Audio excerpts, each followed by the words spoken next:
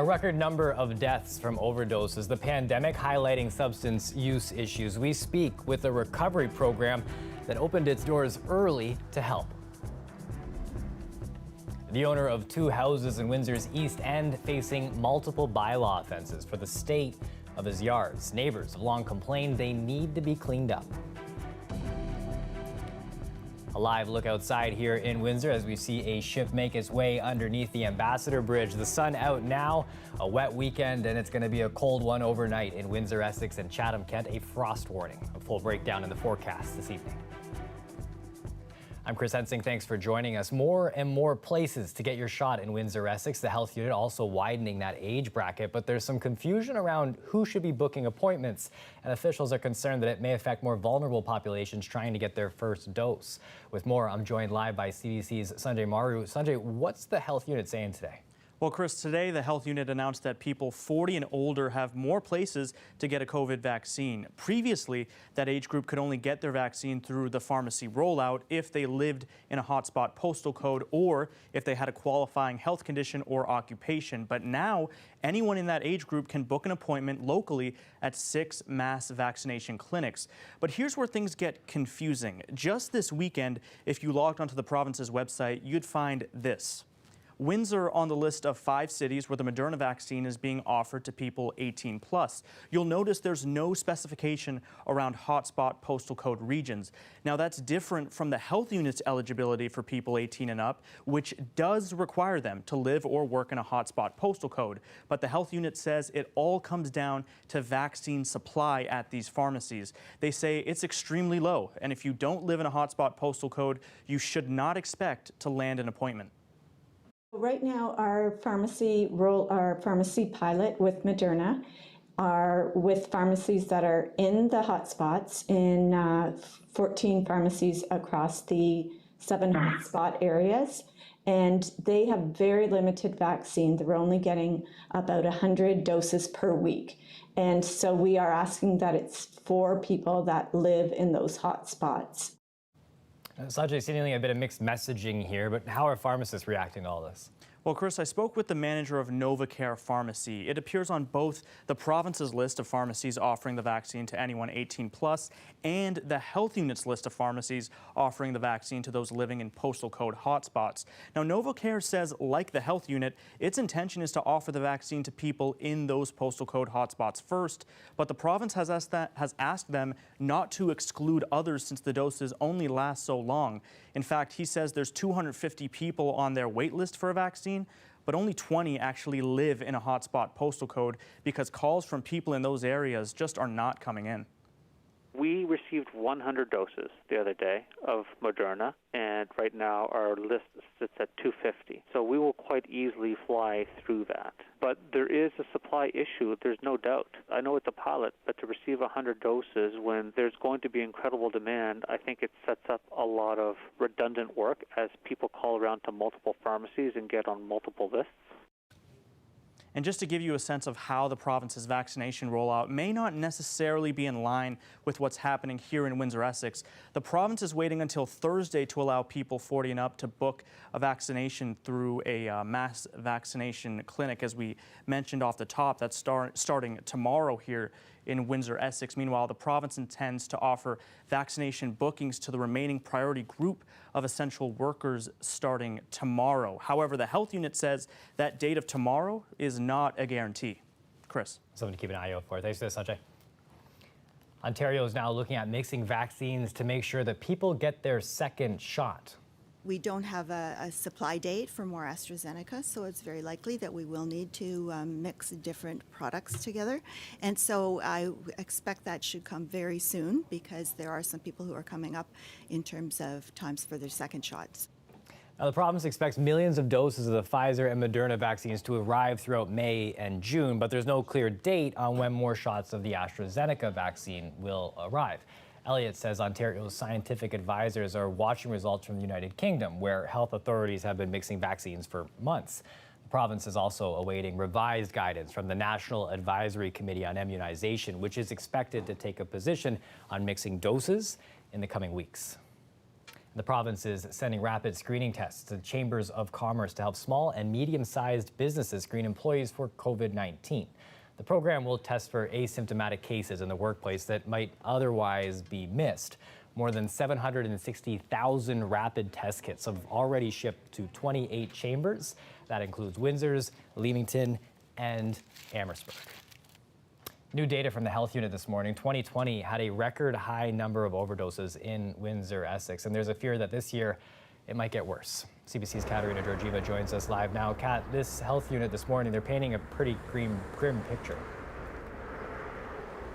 Yeah, that's right, Chris. More and more people are overdosing and more people are dying. And for those who are dedicated to helping those facing substance abuse issues, their mission is becoming more and more urgent. Right now, I'm standing here outside the Hand in Hand Support Center. It's a new transition home here in Windsor in Sandwich Town, and it's a place for people to go if they're struggling to find a spot in a rehab center or if they need a place to go after time at a rehab center. Now, those who run the organization, they say that they're getting calls on the daily for people who want in. All this as the health unit's latest numbers show that the number is just getting worse and worse. There's too many people dying. It's crazy out there. All these drugs are laced with stuff. There's young kids dying. Barrett Mifflin is now 3 months sober. He used to be homeless, hooked on crystal meth. But a father of 4, he realized he needed help. Everyone was 6 months wait, 8 months away. And I just needed someone to open the door. Hand in Hand Support stepped in, a place to stay with support programs for those struggling with addiction. I just broke down in tears when I opened that door. Once you open the door, look at what you can do. You can fly, you can soar. I found my purpose. My purpose is I'm going to be a drug addiction counselor and mental health. I'm going to help these guys off the street because they're dying, and it's not good. Opioid overdoses are climbing year after year, with a record 348 ODs last year alone. Deaths are up too, 64 last year, nearly all accidental, most connected to fentanyl, and more than half the time the person was alone, unable to access naloxone. It is something that has been troubling us, all of us. This year so far, more drug-related alerts than last year in total. Ahmed explains that might be because even though overdose cases were high last year, they were spread out. Hand in Hand Support opened in March, earlier than planned because of demand. It's devastating. In the last 2 years, I've lost personally, in personal relationships, 50 people. Being in the field that I'm in here, it's heartbreaking. Sandwith says COVID is only making the problem worse. He adds addiction doesn't discriminate. Data shows of all opioid-related deaths, 10% were experiencing homelessness. There is no specific population. That is across the board. We're getting calls from mothers, aunts, grandmas, fathers out in Amherstburg, LaSalle, Harrow, Kingsville, all over the place from other cities and other towns. When it comes to the stigma that it's a homeless population problem, it's just inaccurate. But even still, he stresses that for those without a home, it is even more difficult to access supports, a gap his organization is hoping to fill. I suffered with addiction and mental health issues for over 20 years. I've done years in jail. And I, at 39 years old, am living a very good life. I know people that are getting sober at 50 years old, at 60 years old. My message would be, don't give up. There is help out there. Now, Chris, this is one of 3 hand-in-hand support homes. One of them is just for women, and the one behind me, it is technically open, but only partially, and they're going to be opening it up in the coming months. But the hope is that by midsummer, they'll be able to house about 65 people in total, and they want to continue growing what they can do and the number of people who they can help, so that they can continue to offer support and save lives. Chris. Thanks, Kat. CBC's Katerina Georgieva live tonight. Ontario's Chief Medical Officer of Health has put out a target to lift the current stay-at-home order. Dr. David Williams would like to see a daily provincial count lower than 1,000 COVID-19 cases. And now, while we wait to learn more about the stay-at-home order, some are calling for a roadmap that would outline what reopening could look like. Last week, the province of Saskatchewan unveiled a 3-point plan on what restrictions might be loosened if certain thresholds, like vaccinations, are met. Some experts say a similar roadmap here could improve the mental health of many. Farah Morelli has more. With no indication of when the stay-at-home order will be lifted, clouds of uncertainty hang over the province. How are you doing mentally? Like, where are you at? We're tired. Yeah. It's been a very long time in lockdown, and I think everyone's kind of looking for a light at the end of the tunnel. The hardest part for many, not knowing what's next. That's one of the stressful things, is not having like definitive, like set things to look forward to, I think. And even if we do everything right, it always seems like there's something else new that's going to go wrong, that's out of our control. It's always good to know like what's the next step. When we don't know, we're just getting like more excited. I consider myself someone with good mental health. I'm fortunate. I've never suffered depression in my life, and I'm struggling.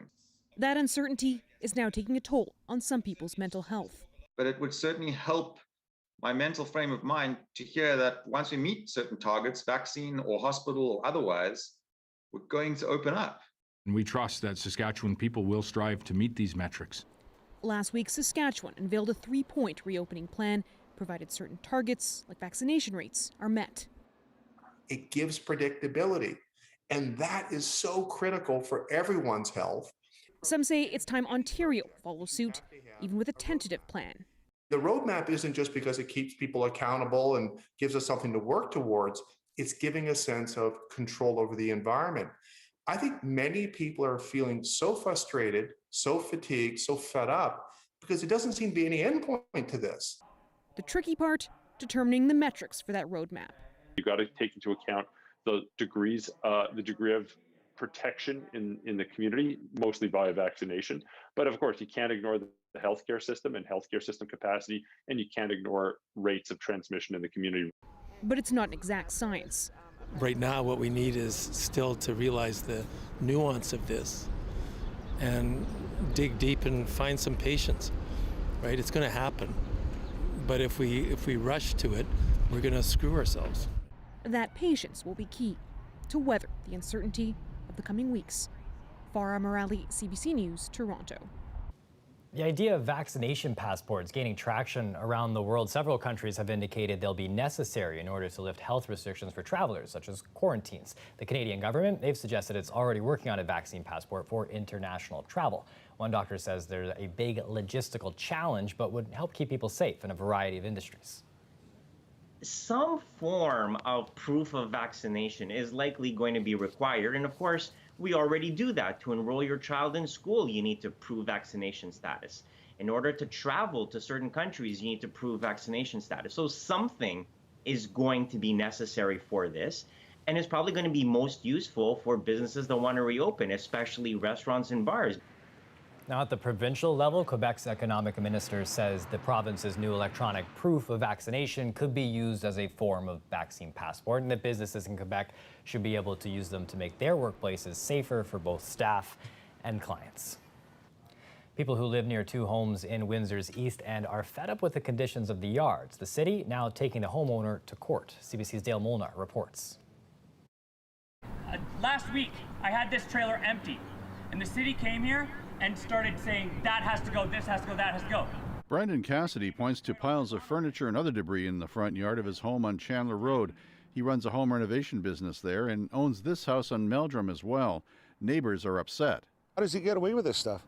It's been 4 or 5 months now. He's had that 53-foot trailer in his driveway and all kinds of scrap steel. And then he has this utility trailer back here that once in a while he parks at Chandler on the side of the road and just has stuff stacked on top of that. And the front yard is an absolute disaster.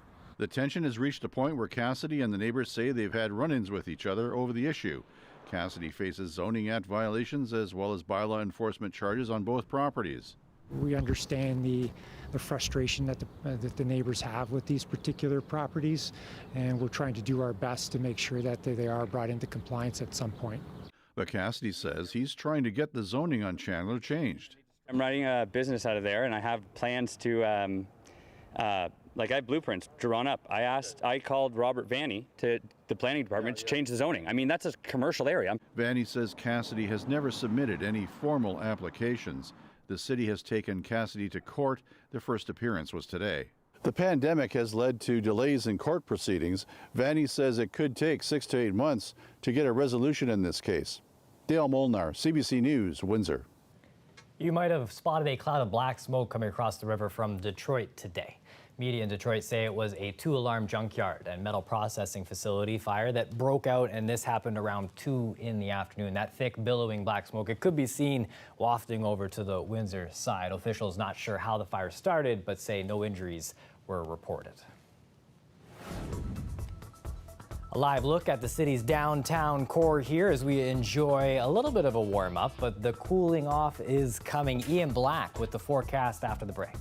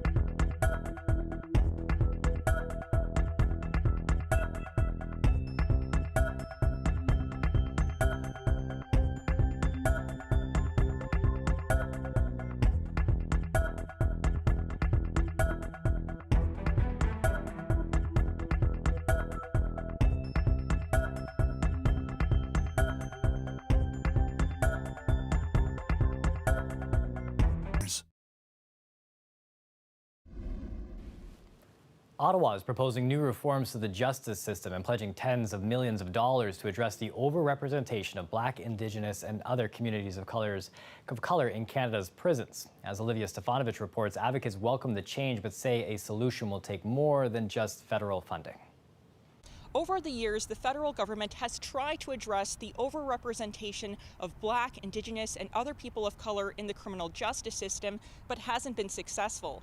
As it stands now, Indigenous people represent 30% of the prison population and Black Canadians 7%. Now the federal government is trying to tackle the issue once again with new funding proposals.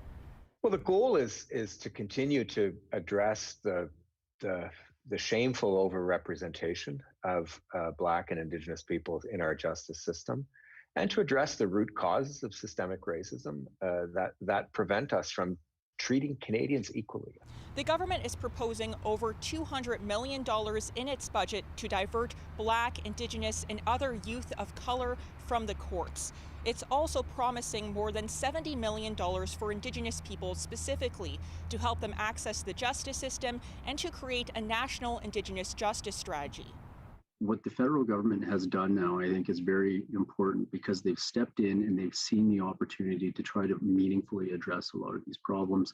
Legal advocates welcome the proposed funding, but note the federal government can't do this alone. It will take an effort by all levels of government to eradicate systemic racism and discrimination from the justice system. Olivia Stefanovic, CBC News, Ottawa. Rescue workers attempted to save a whale in the River Thames.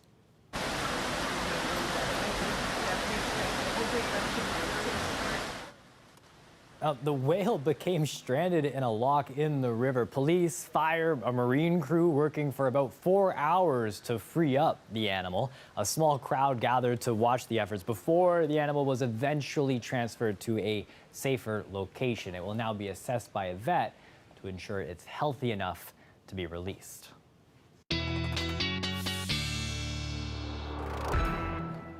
Colette Kennedy is off tonight, so Ian Black is helping us out in Ottawa. A bit of a chill tonight, Ian.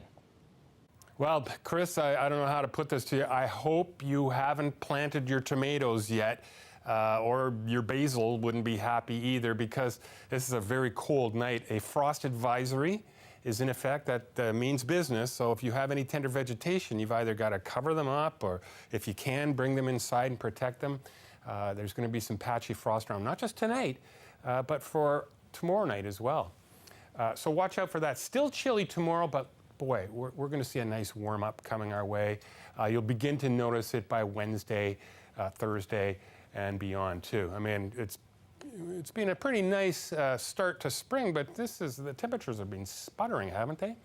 Okay, like a quick look ahead. An evening shower certainly possible. Look at the temperatures dropping right off. Here's the danger zone between, say, 4 a.m. and, say, 6, 7 a.m., where temperatures will be at their lowest. And, you know, that's measured 4 feet above the ground. So there's obviously going to be some patchy ground frost across the area to watch out for.